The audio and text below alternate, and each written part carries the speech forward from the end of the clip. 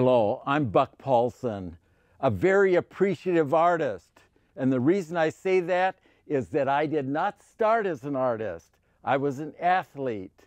I want to show you the first attempt that I made in art. And this was a small little painting. I'll set it over here. That's called my first attempt. It has a smudge of burnt sienna, and then just it's supposed to be a tree, like a tree. My daughter asked me, "How old were you when you did that, Daddy?" I said, "How old do you think I was?" She said, 3. I was 28. But I went to a great man, Claude Buck. This is a picture on a t-shirt of Claude Buck.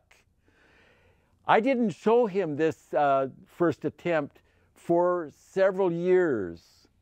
And when I showed it to him, he said, "Oh, that's got pretty good structure," looking at the roots coming out of the ground. And I thought, oh my goodness, he saw some good in my picture. It gave me great hope, rather than saying, "Oh, you better stick with baseball." So I think that's very important to look for the good in yourself, in students if you're a teacher, for your neighbor if you have a fellow student. Now, that doesn't mean that you're going to say, "Oh, that's great, that's great, that's great." Claude did not say that. I remember one time I painted a tennis still life. I had the board going this way, the canvas. I had a racket that had a frame on it. I had a little trophy that my wife loaned to me because she was a fast runner. And then I had down on the table, I had a tube that would hold tennis balls, one in the opening and one on the table. I quickly did it at home and ran to show Claude.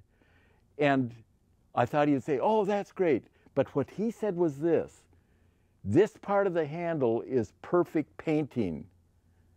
Make the rest of it like that." So I had to do all the rest and make it right. But I had part of the painting was perfect. That gave me such motivation that I really enjoyed it. So you can look for the good, but that doesn't mean that you don't expect some more quality to be done. You can tell when somebody's been a rush on things.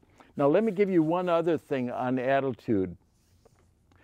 I played a lot of sports, and I was in a small school, so I was on all the teams, and baseball was my specialty. The thing that impressed me was that there was always somebody that could throw a little harder than me.